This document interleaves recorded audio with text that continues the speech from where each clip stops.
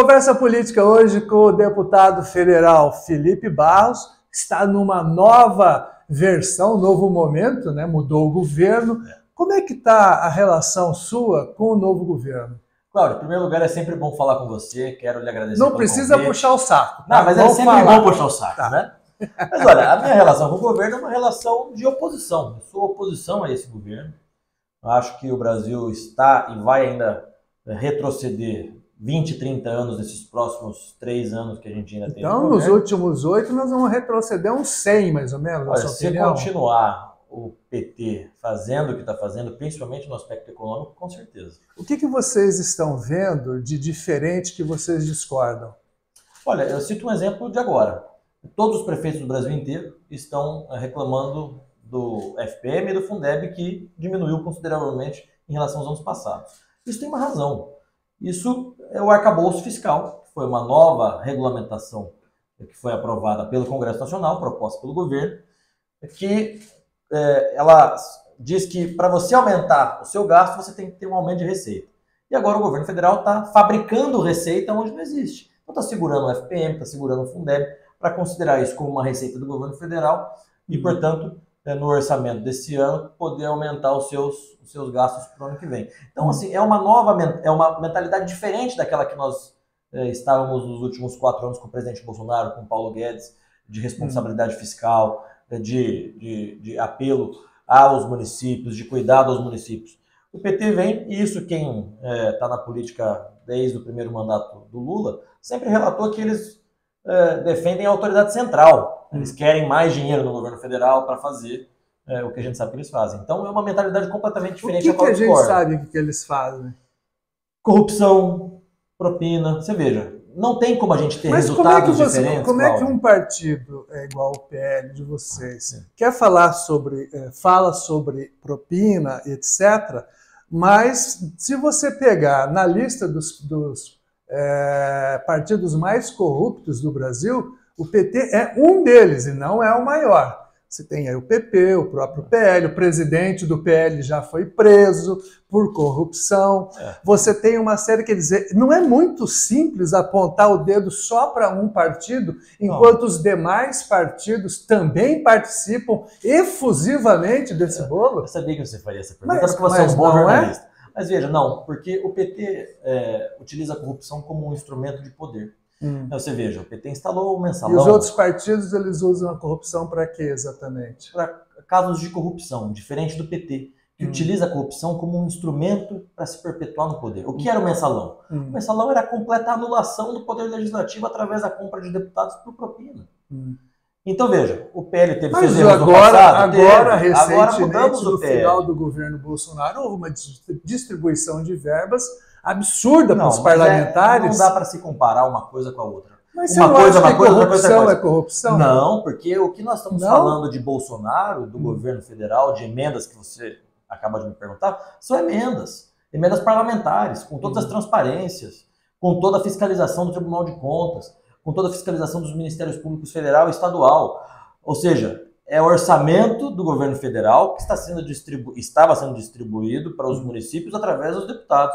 Algo completamente diferente é o Poder Executivo comprar os parlamentares por propina, colocando dinheiro da propina no bolso para ter apoio parlamentar. Por exemplo, a Polícia Federal investigou e já apontou inúmeros casos disso que você está falando, ou seja, da base do governo anterior, na verdade é a base do atual também. Ou seja, se a Polícia Federal fiscalizou é porque tinha a transparência necessária para que se fiscalizasse. Olha, o que é o orçamento? Propina. Sim, o que é o orçamento público? O orçamento é um projeto de lei. Sim. Nesse projeto de lei, os deputados fazem as emendas. Olha, eu quero que se destine R$1 milhão para a cidade de Londrina, R$1 milhão para a cidade de Biporã, R$1 milhão para a cidade de Cambé. Isso é o tal do orçamento secreto que se fazia. Que não tinha nada de secreto. Mas não tinha nada de claro. O próprio presidente Lira disse que agora, sob o governo Lula, nós temos um regime que é, esse sim, secreto. Porque aí, o que se faz? O que se fazia no passado. É o ministro, usando o RP2, que era recurso próprio do Ministério, distribuindo só para os seus aliados políticos. Antigamente não, estava lá registrado, projeto de lei. Que também eram só para os aliados políticos do governo anterior. Não. Meu Deus! Eu vou te dar um exemplo. Pegue os deputados do PT, PCdoB, alguns deles, inclusive, que tiveram problema com o próprio PT, porque estavam recebendo recurso chamado RP9, né? Sim. Então, não, era para todos. Mas você mesmo tem recebido recursos de emendas e fazendo a sua distribuição para os municípios. Emendas impositivas. São duas coisas. Nós temos as emendas impositivas, que todos os deputados têm, e o governo federal, independente de quem seja o governo federal, tem que pagar. Isso todos os deputados e senadores têm. E você tem, no governo passado, chamado as RP9, as emendas de relator, ou orçamento secreto, que não tinha nada de secreto, que eram verbas que não eram impositivas. O governo pagava se tinha dinheiro ou não. Que agora a RP9 virou a RP2. Certo. Então, a Folha de São Paulo até relatou na semana passada. O que tem acontecido? O ministro, em vez de fazer uma ampla distribuição dessa verba de RP2, tem ministro mandando só para o seu reduto eleitoral. Nossa, mudou muito nos últimos 100 anos isso.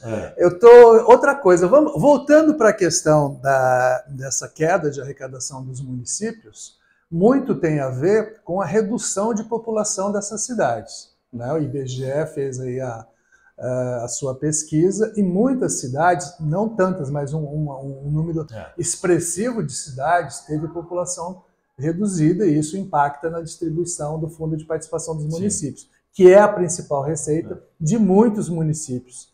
É possível resolver isso? Porque esses municípios ficaram sem uma receita importante. O que vocês pensam sobre isso? Nós já resolvemos isso. Nós aprovamos na Câmara uma PEC que passa esse déficit e dilui esse déficit de arrecadação em decorrência da diminuição da população em 10 ou 15 anos, para de um ano para outro não haver um déficit tão grande.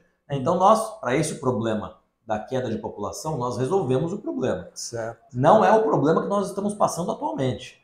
Digo e repito porque disse isso na tribuna da Câmara. O problema que está tendo é em decorrência do texto do arcabouço fiscal, que foi um texto ruim, que condiciona o aumento de gasto ao aumento de arrecadação. E agora o governo está o quê? Fabricando arrecadação onde não é arrecadação. Então, um problema da queda de população que já foi resolvido. Esse outro problema que nós estamos agora, de prefeitos do Brasil inteiro. Inclusive os prefeitos que fizeram L agora já estão reclamando, né? Do governo federal. Esse é um outro problema.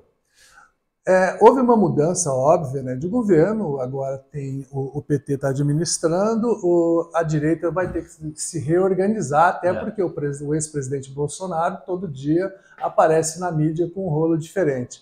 Quem é que vocês estão olhando que pode, de repente, ocupar esse espaço? O nosso líder continua sendo o presidente Bolsonaro.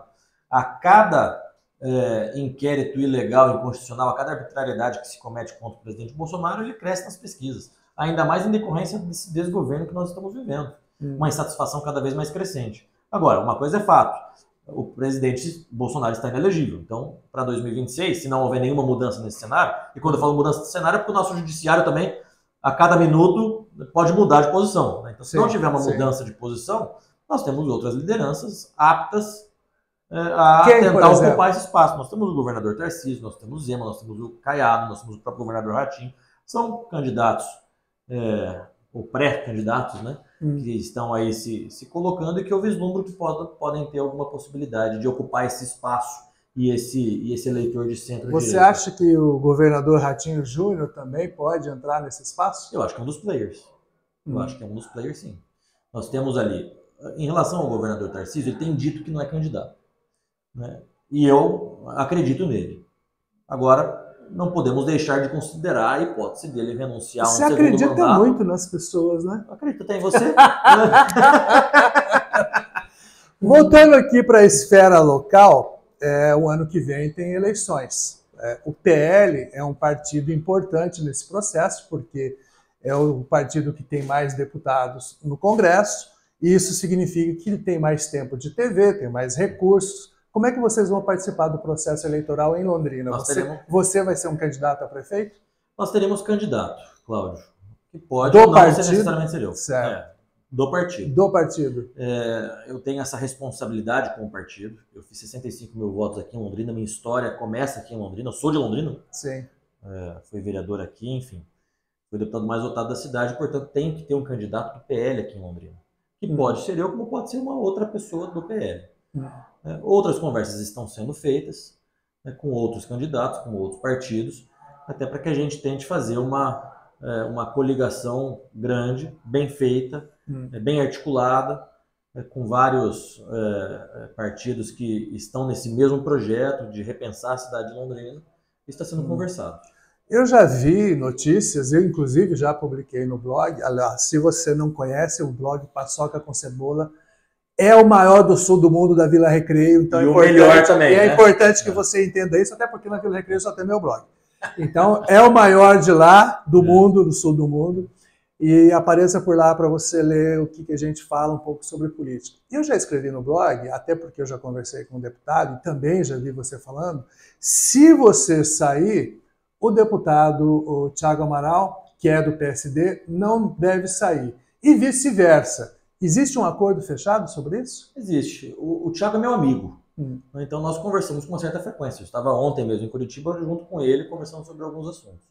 E nós temos uma conversa de alinhamento. Se eu for candidato, ele não é e me apoia.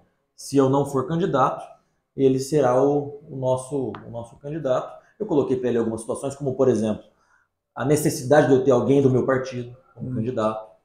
Então tudo isso está sendo construído. Isso ainda demanda mais um tempo. Nós temos aí março do ano que vem ainda a janela eleitoral para aquelas pessoas que querem mudar de partido.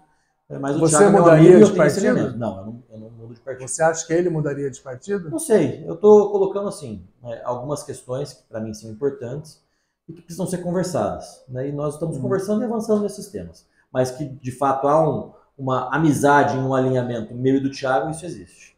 Deputado, obrigado pela sua atenção, Cláudio. Obrigado pelas risadas também, porque se não der risada nesse programa, não funciona. É verdade. Entendeu? Tem que ter um pouco de humor nesse clima de tensão.